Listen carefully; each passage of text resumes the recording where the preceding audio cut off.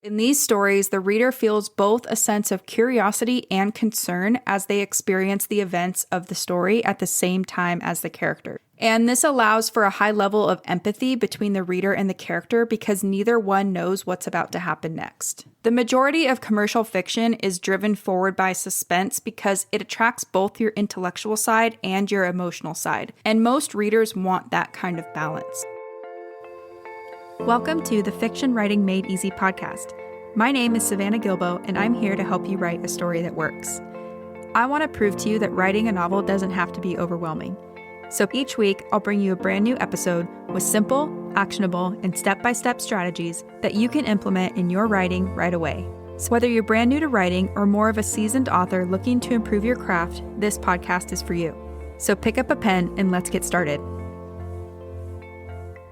In today's episode, we're going to talk about narrative drive. And this is going to be a fun one because a lot of you have been asking things like, how do I hook and hold readers' interest from page 1? And then once I have the reader's interest, how do I keep the momentum going in my story so that readers don't get bored? And both of these questions can be answered by understanding what narrative drive is so that you can then use narrative drive to craft a story that works. So first, let's talk about what narrative drive is. In a nutshell, narrative drive is what gives a story its forward momentum. It's what hooks the reader on page 1 and then pulls them through the rest of the story all the way to the end. And according to Robert McKee, narrative drive is created and sustained when a story plays on two primary needs of the reader. One need is intellectual and one need is emotional. So the first need is curiosity, and curiosity is the intellectual need to find answers to questions. So as the protagonist of a story chases his or her goal and is put at increasingly greater risk, the reader is going to be propelled forward by the need to know what's going to happen or how things are going to turn out. And these questions will ideally be answered by the end of the story. So the reader from page 1 is held by a sense of curiosity to find out either what's going to happen or how things are going to turn out. The second need is concern. And concern is the emotional need to experience positive outcomes. So when the reader enters a story on page 1, they're going to immediately try to figure out who's bad, who's good, what's right, and what's wrong. They're going to look for someone, aka your protagonist, to latch onto and care about as he or she pursues that story goal. And this attachment is what's going to be rewarded at the end of the story. So if the reader stays put, they're going to be rewarded by this positive emotional outcome. So one more time, these are two things that kind of hook and hold the reader's interest. One is curiosity, which is that intellectual need to find answers to questions. And 2 is concern, or the emotional need to experience a positive outcome. Now, depending on the genre, a story is going to work to evoke different levels of concern and or curiosity in the reader. So I like to think about a story as having both a curiosity dial and a concern dial that you can turn up and down. So, for example, in a murder mystery, the curiosity dial would be turned all the way up. The reader wants to follow a master detective as he or she uncovers clues and solves the intellectual puzzle of whodunit. The concern dial is usually turned pretty far down or almost all the way down because the reader doesn't necessarily need to or want to empathize with the master detective. They just really want to solve the puzzle. So now that we know what feelings pull a reader through a story, we have to understand how exactly to evoke these feelings as writers. So in other words, we need to figure out how do we manipulate a reader's feelings in a way that makes them curious or concerned enough to turn the page to find out what happens next. And there are 3 main ways to evoke feelings of curiosity and or concern in a reader. And each one of these methods has to do with how much information the reader has compared to the characters at any given time in a story. So method number 1 is mystery, and mystery evokes mostly curiosity because the reader has less information than the characters. Method number 2 is dramatic irony, and this method evokes mostly concern because the reader has more information than the characters. Method number 3 is suspense, and this method evokes both curiosity and concern because the reader has the same information as the characters. So now that we kind of have a quick overview of what those 3 methods are, let's dive deeper into each one of them.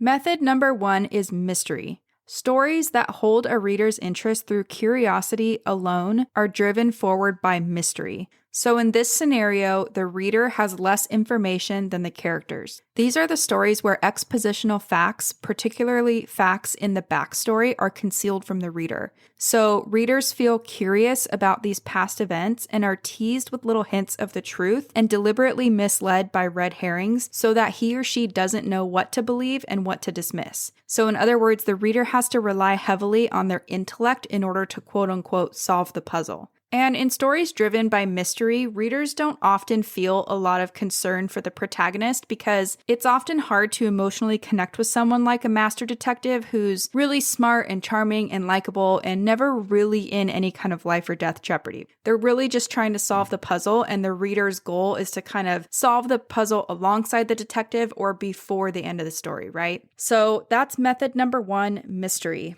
Method number 2 is dramatic irony. So stories that hold a reader's interest through concern alone are driven forward by dramatic irony. And in this scenario, the reader has more information than the characters do. These are the stories that sometimes open with the ending giving away the outcome on purpose so that the reader feels a sense of dread or concern as the protagonist gets closer and closer to their fate. Readers already know what's going to happen, so they don't really feel a whole lot of curiosity about facts and consequences, but rather they pay close attention to the motivations and to the forces at work in a character's life to figure out how the character got from point A to point B. So that's method number 2, dramatic irony. Method number 3 is suspense. So stories that hold a reader's interest through a mix of curiosity and concern are driven forward by suspense. And in this scenario, the reader has the same information as the characters. So in these stories, the reader feels both a sense of curiosity and concern as they experience the events of the story at the same time as the character. And this allows for a high level of empathy between the reader and the character because neither one knows what's about to happen next. The majority of commercial fiction is driven forward by suspense because it attracts both your intellectual side and your emotional side, and most readers want that kind of balance. So that's method number 3, suspense. Now you might be thinking, okay, that makes sense, but how does this help me write a book? Well, first it's important to note that every story has one main question that it raises in the beginning and then answers by the end. And usually these questions are determined by a story's genre. So, for example, romance novels ask some version of, will these characters get together or not? Mystery novels ask some version of, is the murderer or criminal going to be identified and brought to justice or not? Action novels ask some version of, are these characters going to survive or not? You get the idea. It's this major dramatic question that pulls both the reader and the character through the story, and it determines what the reader wants to know and what your character's goal is going to be. So, for example, in an action story, a character's overarching story goal might be something like survive the asteroid attack and save the rest of Earth in the process, right? And then throughout the story, this character would be working really hard to achieve this goal, and the reader would be following along to learn whether or not he or she is going to succeed. This global question and answer pairing is sometimes called the spine of your story or the main story thread. And what this means for you as the writer is that every line or every scene in your story should be moving the character one step closer to achieving their goal and moving the reader one step closer to learning the answer to the question that was raised at the beginning of your story.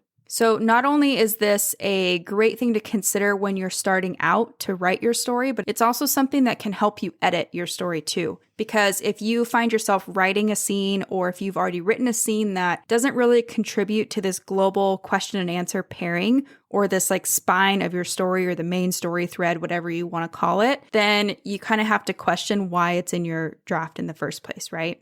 So let's quickly recap what we went over in today's episode. First, narrative drive is what gives a story its forward momentum, and it's what hooks the reader and pulls them through the rest of your story.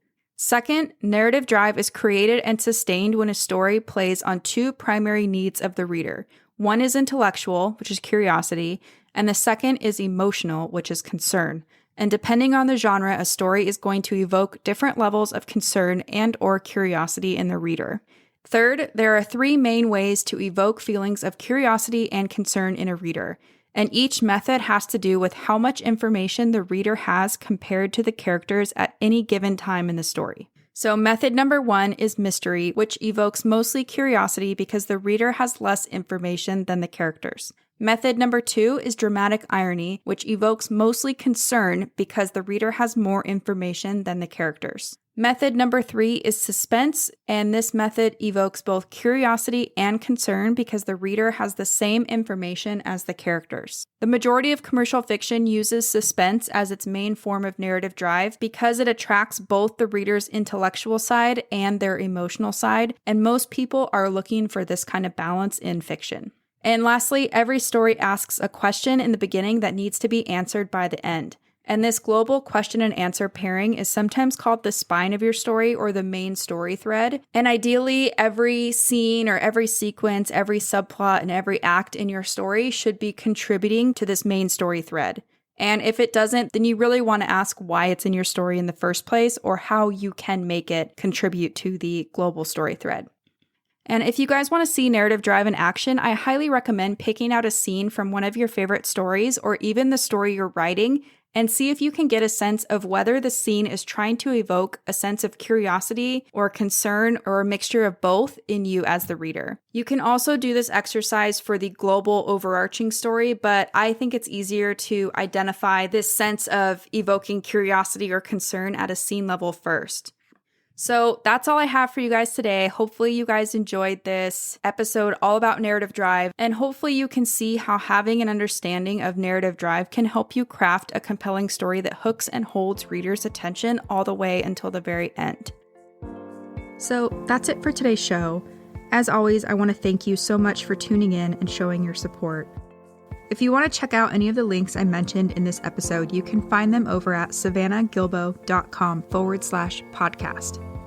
And if you haven't done so already, make sure you subscribe to the show because there's going to be another brand new episode coming out next week.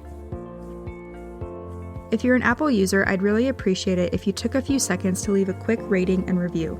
Your ratings and reviews tell iTunes that this is a podcast that's worth listening to. And in turn, that helps this show get in front of more fiction writers just like you. So that's it for today's show. I'll be back next week with a brand new episode. Until then, happy writing.